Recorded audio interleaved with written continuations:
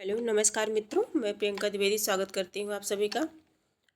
साथियों, हम सभी हिंदी गद्य साहित्य का इतिहास, हिंदी गद्य की जो विधाएं हैं, गद्य विधाओं में हम सभी ने निबंध को जो है पढ़ लिया है, निबंध कंप्लीट कर लिया है। इसके बाद नाटक कंप्लीट कर लिया है। अब हम सभी कहानी को देख रहे हैं। कहानी से संबंधित जितने भी प्रश्न बने हैं, इसके पहले जो भी परीक्षाएं हुई हैं, जितनी प्रतियोगी परीक्षाएं हुई हैं हिंदी साहित्य से संबंधित, उसमें कहानी से संबंधित जितने प्रश्न बने हैं उन सभी प्रश्नों को हम सभी प्रैक्टिस करने चल रहे हैं। और कहानी के अंतर्गत 26 प्रश्नों को हम लोगों ने कर लिया है, देख लिया है। अब 26 प्रश्न के आगे ये 27 नंबर का प्रश्न है जो हम सभी करने चल रहे हैं। ये क्लास जो है प्रतिदिन होती है।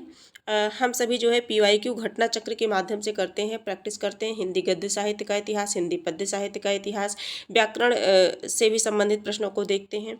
और आप चाहें तो अपनी तैयारी को और बेहतर बनाने के लिए, खुद को परखने के लिए, अपने आत्मविश्वास को, अपने मनोबल को बढ़ाने के लिए इस क्लास को देख सकते हैं। और ये प्रैक्टिस सेट है, घटना चक्र से है। 27 नंबर का जो प्रश्न है ऊपर देख लेते हैं। ये कल जो है देखा था हम लोगों ने पिछली कक्षा क्लास में। जैनेंद्र प्रेमचंद्र युग के कहानीकार हैं। जैनेंद्र से संबंधित महत्वपूर्ण तथ्य इन्हें देख लेते हैं। इनकी समस्त कहानियां, जैनेंद्र की कहानियां शीर्षक से 10 भागों में विभक्त हैं। कितने भागों में? 10 भागों में। जैनेंद्र की कहानियों के माध्यम से पहली बार हिंदी साहित्य में व्यक्ति को महत्व मिला। ये मनोवैज्ञानिक कहानीकार हैं। ठीक है, कौन? जैनेंद्र। अब 27 नंबर का जो प्रश्न है ये है हमारा, निम्नलिखित में से कौन सा कहानी संग्रह जैनेंद्र कुमार का नहीं है? ऑप्शन ए है पाजेब, बी है फूलों का कुर्ता, सी है नीलम देश की राजकन्या और डी है फांसी। है ना? तो जो 27 नंबर का प्रश्न है इसका राइट आंसर होगा हमारा फूलों का कुर्ता। क्या है? फूलों का कुर्ता। राइट आंसर हमारा बी हो जाएगा। नहीं पूछा गया है तो नहीं, फूलों का कुर्ता नहीं है, बाकी सभी है। उदय प्रकाश द्वारा रचित कौन सी कहानी नहीं है? तो ऑप्शन ए है तिरिच, ऑप्शन बी है पाल गोमरा का स्कूटर, सी है पीली आंधी, डी है दरियाई घोड़ा। 28 नंबर का जो प्रश्न है इसका राइट आंसर है पीली आंधी। तो पीली आंधी नहीं है, पीली आंधी नहीं है, राइट आंसर हो गया पीली आंधी। पीली आंधी उदय शंकर प्रकाश का नहीं है, बल्कि ये क्या है? प्रभा खेतान का उपन्यास है। किसका है? प्रभा खेतान का उपन्यास है। प्रभा खेतान का उपन्यास है। और हम सभी क्या पढ़ रहे हैं? कहानी से संबंधित प्रश्नों को देख रहे हैं। तो तिरिच, पाल गोमरा का स्कूटर और दरियाई घोड़ा, ये सब क्या है? उदय प्रकाश का है। ठीक है, इनसे कुछ तथ्य है महत्वपूर्ण, इन्हें देख लेते हैं। दरियाई घोड़ा 1989, तिरिच 1989। ठीक है, और अंत में प्रार्थना 1994, पाल गोमरा का स्कूटर 97, पीली छतरी वाली लड़की 2001। इंपॉर्टेंट है। दत्तात्रेय का दुख 2002 में, मोहनदास 2006 में, वारेन हेस्टिंग का साण इंपॉर्टेंट है, सुनो कारीगर, अबूतर कबूतर, रात में हारमोनियम, एक भाषा हुआ करती है आदि। ठीक है, मोहनदास उदय प्रकाश की आत्मकथात्मक कृति है। कैसी कृति है? आत्मकथात्मक कृति है। किसकी है? उदय प्रकाश की है। कौन सी कृति? मोहनदास। यह विश्व की आधा दर्जन भाषाओं में अनुदित हो चुकी है। ये प्रसिद्ध कथाकार, पत्रकार और फिल्मकार थे। वर्ष 2004 में हाईलैंड के प्रख्यात अंतर्राष्ट्रीय कविता उत्सव में वे भारतीय कवि के रूप में भाग ले चुके हैं। किसके बारे में जानकारी हम लोग इकट्ठा कर रहे हैं? उदय प्रकाश के बारे में। ठीक है, आगे देखते हैं। प्रश्न संख्या है हमारा 29।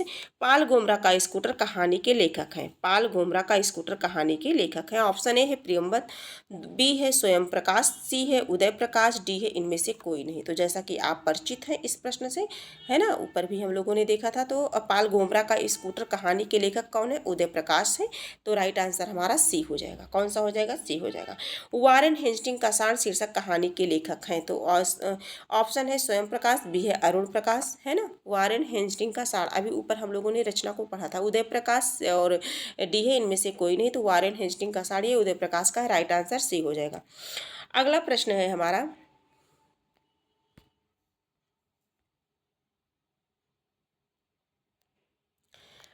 अगला प्रश्न है निर्मल वर्मा का चर्चित कहानी संग्रह है। ऑप्शन ए है परिंदे, बी है तलाश, सी है बंजर और डी है इनमें से कोई नहीं। 31 नंबर का जो प्रश्न है, ये 31 नंबर का जो प्रश्न है इसका राइट आंसर हो जाएगा परिंदे। क्या हो जाएगा? परिंदे। ये निर्मल वर्मा का चर्चित कहानी संग्रह है। निर्मल वर्मा चर्चित कहानी संग्रह परिंदे है, इसका प्रकाशन 1960 ईस्वी में हुआ था। इनके अन्य कहानी संग्रह है जलती झाड़ी 1965 ईस्वी, पिछली गर्मियों में 1968 ईस्वी, बीच बहस में 1973 ईस्वी, कौवे और काला पानी 1983, सूखा तथा अन्य कहानियां 1995। आदि परिंदी को डॉक्टर नामवर सिंह ने नई कहानी की पहली कृति माना है। किसने माना है? नामवर सिंह ने माना है। प्रश्न संख्या 32 है, फणीश्वर नाथ रेणु की कौन सी कहानी है? ऑप्शन ए है रसप्रिया, बी है रस आखेटक, सी है रसप्रिया और डी है प्रिया नीलकंठी। प्रश्न संख्या 32 है, तो रसप्रिया है। कौन सी कहानी है? रसप्रिया है। ठीक है। प्रश्न संख्या 32 का राइट आंसर हो जाएगा रसप्रिया। फणीश्वर नाथ रेणु की कहानी रसप्रिया है। इनकी अन्य रचनाएं हैं जो बहुत फेमस है, जैसे तीसरी कसम, तीसरी कसम है ना, सभी परिचित होंगे इससे। तीसरी कसम उर्फ मारे गए गुलफाम, अग्निखोर, आदिम रात्रि की महक, ठुमरी, अच्छे आदमी। ठुमरी क्या है? ठुमरी भी बहुत इंपॉर्टेंट है, पूछी जाती है। अच्छे आदमी, ये सब किसकी है? रेणु जी की है। अगला प्रश्न है, एक श्रावणी दोपहर की धूप तथा अच्छे आदमी फणीश्वर नाथ रेणु की मृत्यु के बाद प्रकाशित हुई। ठीक है।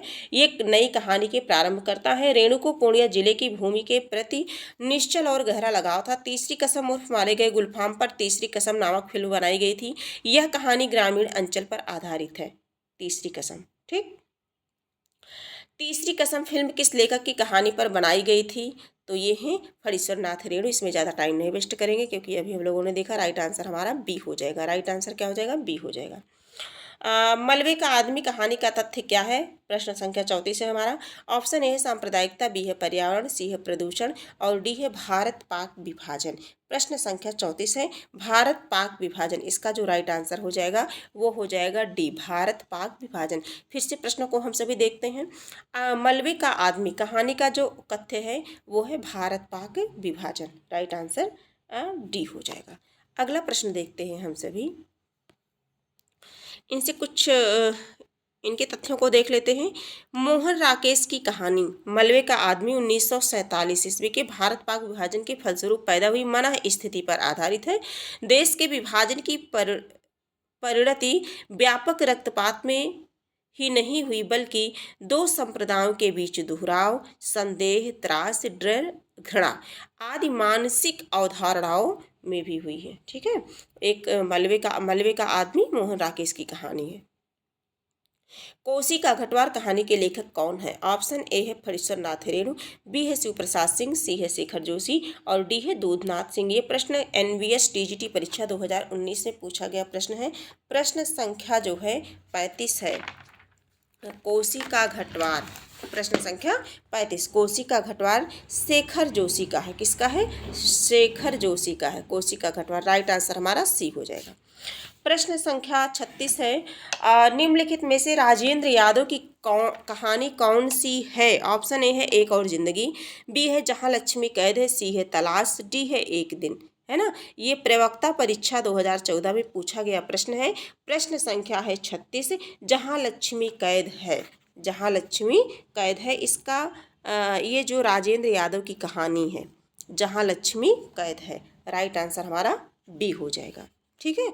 अब इनसे संबंधित तथ्य हैं। जहाँ लक्ष्मी कैद है, अभिमन्यु की कथा, छोटे छोटे ताजमहल, किनारे से किनारे तक, ध्यान देंगे, किनारे से किनारे तक, प्रतीक्षा, टूटना और अन्य कहानियाँ, अपने पार इत्यादि राजेंद्र यादव के प्रमुख कहानी संग्रह हैं। एक और जिंदगी मोहन राकेश की है, तलाश कमलेश्वर की तथा एक दिन जैनेन्द्र द्वारा रचित कहानी है। ठीक है। अगला प्रश्न देखते हैं। नई कहानी आंदोलन के प्रमुख कहानीकार हैं। नई कहानी आंदोलन के प्रश्न संख्या 37 है। ऑप्शन ए है मोहन राकेश, बी है जैनेन्द्र, सी है यशपाल, डी है इलाचंद्र जोशी। तो नई कहानी आंदोलन के प्रमुख कहानीकार जो हैं वो हैं मोहन राकेश। कौन है? मोहन राकेश है। राइट आंसर ए हो जाएगा, मोहन राकेश। ठीक है। नई कहानी आंदोलन के प्रमुख कहानीकार मोहन राकेश है। नई कहानी का आंदोलन सन 1950 से 1960 के बीच के कालखंड का उल्लेखनीय इतिहास है। कब से? 1950 से 1960, जिसने रूप तथा वस्तु दोनों ही क्षेत्र में हिंदी कहानी को नए आयाम दिए हैं। इस आंदोलन के अन्य प्रमुख कहानीकार हैं राजेंद्र यादव। ध्यान देंगे, इंपॉर्टेंट कथन है ये, इंपॉर्टेंट तथ्य है। कमलेश्वर, मार्कंडेय, फणीश्वर नाथ रेणु, धर्मवीर भारती, हरिशंकर परसाई, भैरव प्रसाद गुप्त। ठीक है, फिर से देखते हैं। नए इस आंदोलन के अन्य प्रमुख कहानीकार हैं, यानी कि नई कहानी आंदोलन के राजेंद्र यादव हो गए, कमलेश्वर हो गए, मार्कंडेय हो गए, फणीश्वरनाथ रेणु हो गए, धर्मवीर भारती, हरिशंकर परसाई, भैरव प्रसाद गुप्त हो गए। अगला देखते हैं, कुछ तथ्य हैं। 1960 से बाकायदे नई कहानियां नामक पत्रिका भैरव प्रसाद गुप्त के संपादकत्व में प्रकाशित होने लगी। ठीक है, और 1960 के बाद नई कहानी के स्थान पर अकहानी आंदोलन का विकास हुआ। ये कहानी से संबंधित जो तथ्य हैं ये परीक्षा की दृष्टि से उपयोगी हैं। और बताना चाहूँगी आप सभी को कि ये जो प्रैक्टिस क्लास है, इस क्लास का मतलब ये नहीं है कि क्वेश्चन को केवल क्वेश्चन करके आगे बढ़ना, बल्कि क्वेश्चन को याद कराना और उनसे आगे पीछे उनसे संबंधित जितने भी प्रश्न बनते हैं उन सभी प्रश्नों पे फोकस करना, जो है ध्यान का केंद्र करना और उसे समझना सरलतापूर्वक, जिससे अगर वो किसी भी प्रतियोगी परीक्षा में आने वाले समय में अगर वो पूछे जाए तो उनका आंसर हम सभी बता सकें। आ कहानी के संस्थापक डॉक्टर गंगा प्रसाद बिमल हैं। कौन है? डॉक्टर गंगा प्रसाद बिमल हैं। सचेतन कहानी की पुरोधा डॉक्टर महीप सिंह है। देखिए कई महत्वपूर्ण बातें यहाँ जो है हम लोगों ने देखा कि 1960 से बाकायदे नई कहानियाँ नामक पत्रिका भैरव प्रसाद गुप्त के संपादकत्व में प्रकाशित होने लगी। 1960 के बाद नई कहानी के स्थान पर आ कहानी आंदोलन का विकास हुआ। आ कहानी के संस्थापक अगर पूछा जाए तो डॉक्टर गंगा प्रसाद बिमल हैं। सचेतन कहानी के पुरोधा कौन है? महीप सिंह। सचेतन कहानी महीप सिंह। आ कहानी के संस्थापक डॉक्टर गंगा प्रसाद बिमल है। ठीक है, आगे देखते हैं। 38 नंबर का जो प्रश्न है हमारा, ये प्रश्न है नई कहानी की विशेष उपलब्धि किस क्षेत्र में रही है? तो ऑप्शन ए है बदलते सामाजिक पारिवारिक रिश्तों के चित्रण में। ऑप्शन बी है हमारा महानगरीय स्वतंत्रता के महानगरीय संत्रास के चित्रण में। सी है व्यक्ति के अकेलेपन के चित्रण में। डी है राजनीतिक मोहभंग के चित्रण में। ठीक है, तो किसमें है ये जो प्रश्न है हमारा कि नई कहानी की विशेष उपलब्धि किस क्षेत्र में रही है? तो इसका जो राइट आंसर हो जाएगा ये हो जाएगा बदलते सामाजिक पारिवारिक रिश्तों के चित्रण में। राइट आंसर हमारा ए हो जाएगा। राइट आंसर हमारा ए हो जाएगा, ऑप्शन ए हो जाएगा, बदलते सामाजिक पारिवारिक रिश्तों के चित्रण में। ठीक है, राइट आंसर हमारा ए हो जाएगा। 38 नंबर का प्रश्न है। और आगे देखते हैं। नई कहानी यथार्थ और जीवन की वास्तविकताओं के अंकन के आधार पर अपने को पिछली कहानी से अलग करती है। नई कहानी में कहानी के परंपरागत और रूढ़ तत्वों के आधार पर कहानी के मूल्यांकन का विरोध किया गया है। काल के प्रवाह में व्यक्ति की सामाजिकता का बोध और स्थिति ही आज की कहानी की विषय वस्तु है। कथाकार व्यक्ति को उसकी समग्रता में देखने का आग्रह करता है। व्यक्ति को उसके सामाजिक परिवेश, मानसिक अंतर्द्वंद तथा व्यवहारिक जीवन के तकाजों और अन्य आवश्यकताओं की एक संश्लिष्ट प्रक्रिया के रूप में पाना चाहता है। नई कहानी ने राजनीति के प्रति उदासीनता और उपेक्षा का रुख अपनाया। नई कहानी की विशेष उपलब्धि बदलते सामाजिक पारिवारिक रिश्तों के चित्रण में रही। अतः ये स्पष्ट हो गया। ठीक है, प्रश्न संख्या 39 है, इनमें से शिवमूर्ति की कहानी नहीं है। ऑप्शन ए है भरतनाट्यम, बी है तिरिया चरित्र, सी है कसाईवाड़ा, डी है अकर्मक क्रिया। डी क्या है? अकर्मक क्रिया है। ऑप्शन तो देखिए जरा, डी क्या है? अकर्मक क्रिया है। 39 मतलब 39 नंबर का जो प्रश्न है इसका जो राइट आंसर हो जाएगा शिवमूर्ति की कहानी नहीं है। तो ये क्या नहीं है समझ ही गए होंगे आप सभी, अकर्मक क्रिया है ना। अकर्मक क्रिया जो है शिवमूर्ति जी की कहानी नहीं है। तो राइट आंसर हमारा डी हो जाएगा।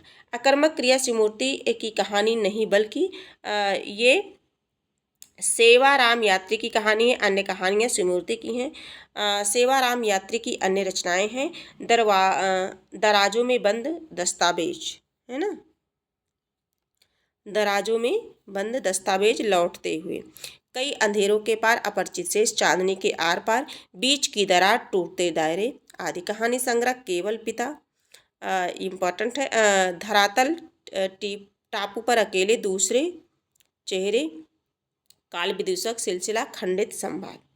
ठीक, प्रश्न संख्या 40 है, कसाईवाड़ा कहानी के लेखक हैं। ऑप्शन ए है शिवमूर्ति, बी है सतीश जमाली, सी है अखिलेश और डी है मंजूर एहतेसाम। तो जो 40 नंबर का प्रश्न है हमारा, इसका जो राइट आंसर हो जाएगा वो हो जाएगा ऑप्शन ए शिवमूर्ति। कसाईवाड़ा कहानी के लेखक कौन है? शिवमूर्ति हैं। ठीक है, कसाईवाड़ा कहानी के लेखक शिवमूर्ति हैं। इनका प्रकाशन 1980 ईस्वी में हुआ था। कब हुआ था? 1980 ईस्वी में हुआ था। इनकी अन्य रचनाएं हैं भरतनाट्यम, श्री उपमाजोग, तिरिया चरित्र, केसर कस्तूरा, अकाल दंड। शिवमूर्ति की ख्याति उनकी प्रसिद्ध कहानी कसाईवाड़ा से हुई है। किससे हुई है? कसाईवाड़ा से हुई है। इस कहानी का नाट्य रूपांतर भी हुआ है और अनेक संस्थाओं द्वारा इनका मंचन भी हुआ है। इस कहानी में 4 प्रमुख पात्र शनिचरी, प्रधान, लीडर और दरोगा हैं। ठीक है, किसमें? कसाईवाड़ा में। कसाईवाड़ा कहानी किसकी है? शिवमूर्ति जी की है और शिवमूर्ति को इससे ख्याति भी मिली, मतलब प्रसिद्धि भी मिली है। अगला प्रश्न है, हिंदी की प्रसिद्ध कहानी कसाईवाड़ा के लेखक हैं। तो ये ऑप्शन जो है सी हो जाएगा, शिवमूर्ति जी हैं, अभी हम लोगों ने पढ़ा है ना। अगला प्रश्न है, प्रश्न संख्या 42 है, निम्नलिखित में से ओम प्रकाश वाल्मीकि का कहानी संग्रह है। ऑप्शन ए है दीवा स्वप्न, बी है नमक का कैदी, सी है छतरी, डी है अपाहिज। प्रश्न संख्या क्या है? 42 है। तो 42 का जो राइट आंसर हो जाएगा वो हो जाएगा छतरी। क्या हो जाएगा? छतरी हो जाएगा। ओम प्रकाश वाल्मीकि का कहानी संग्रह है, क्या है? छतरी। और सलाम और घुसपैठिए इनके पूर्व प्रकाशित कहानी संग्रह हैं। ये सभी कहानियाँ दलित समाज के यथार्थ का चित्र प्रस्तुत करती हैं, दलित समाज के यथार्थ का। 43 नंबर का जो प्रश्न है, राजा निर्वंशिया कहानी के लेखक हैं। ऑप्शन ए है पानू खोलिया, बी है कमलेश्वर, सी है हरिशंकर परसाई और डी है रविंद्र कालिया। तो इसका जो है राजा निर्वंशिया कमलेश्वर का है, सभी परिचित हैं इससे। राइट आंसर हमारा क्या हो जाएगा? बी हो जाएगा। ये कब का है? ये 1957 का है। कब का है? 1957, है ना। कमलेश्वर, इसके लेखक कौन है? कमलेश्वर हैं। और कहानी इनके अन्य हैं, कस्बे का आदमी हो गया, खोई हुई दिशाएं हो गया, मांस का दरिया हो गया, बयान, आज़ादी मुबारक, आज़ादी मुबारक, ये सभी किसके हैं? कमलेश्वर के हैं। 1972 में कमलेश्वर ने समांतर कहानी का आंदोलन चला करके युवा कहानीकारों को आकृष्ट किया था। कब किया था? 1972 में। क्या कमलेश्वर ने समानांतर कहानी चला करके जो है युवाओं को अपनी कहानी युवा कहानीकारों को आकृष्ट किया था। इनकी समस्त कहानियों का संग्रह समग्र कहानियाँ शीर्षक से 2001 में प्रकाशित हुई। नई कहानी के दौर में राजा निर्वंशिया, खोई हुई दिशाएं, मांस का दरिया, जॉर्ज पंचम की नाक, अपना एकांत कहानियाँ विशेष चर्चित हुई हैं। समानांतर कहानी के दौर में मानसरोवर के हंस, इतने अच्छे दिन जैसी कहानियाँ सराही गई हैं। ठीक है, समानांतर कहानी के प्रवर्तक हैं तो अभी हम लोगों ने पढ़ा। कौन है समानांतर कहानी के? ऑप्शन सी है कमलेश्वर है। कौन है? कमलेश्वर। समानांतर कहानी कमलेश्वर। ठीक है, आगे देखते हैं। प्रेमचंद की कहानियों की संख्या लगभग है। ऑप्शन ए है 200, बी है 300 और ऑप्शन सी है हमारा 400 और ऑप्शन डी है 500, है ना। तो इसका जो राइट आंसर हो जाएगा वो हो जाएगा 300। कितनी कहानियाँ हैं? 300। ठीक है, तो राइट आंसर हमारा बी हो जाएगा। कौन सा हो जाएगा? बी। आचार्य नंद दुलारे ने प्रेमचंद्र की कहानियों की संख्या लगभग 300 माना है। कितना माना है? 300 माना है।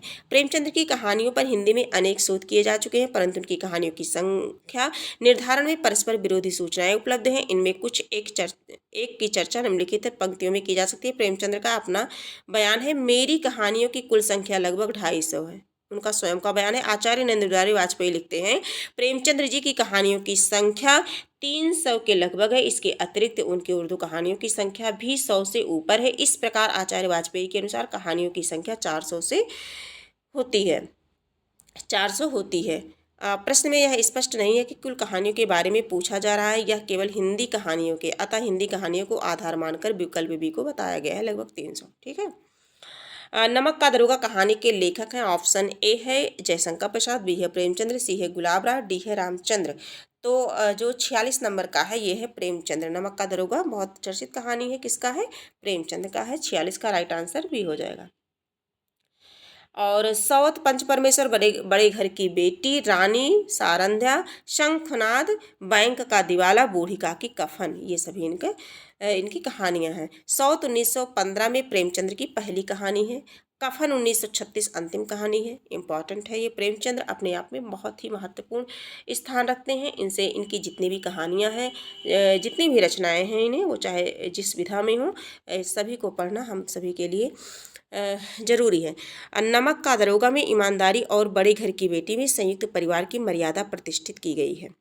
प्रेमचंद्र कृत अन्य प्रमुख कहानियां हैं मिस पद्मा, आहुति, कश्मीरी सेब, दो बहनें, मंत्र, कप्तान साहब, झांकी और दंड, दुर्गा का मंदिर, दूसरी शादी, दो बैलों की कथा। दो बैलों की कथा जब आप बचपन में रहे होंगे कि तो इसे जरूर पढ़े होंगे, है ना, दो बैलों की कथा। तो ये प्रेमचंद की है। प्रेरणा जुलूस, घर जमाई, काशी में आगमन, क्रिकेट मैच, आत्माराम आदि। प्रेमचंद्र की अन्य कहानियां हैं बलिदान 1918, आत्माराम 1920, बूढ़ी काकी 1901, विचित्र होली 1901, ग्रहदान 1922, हार की जीत 1922, परीक्षा 1923, आप बीती 1923, उद्धार 1924।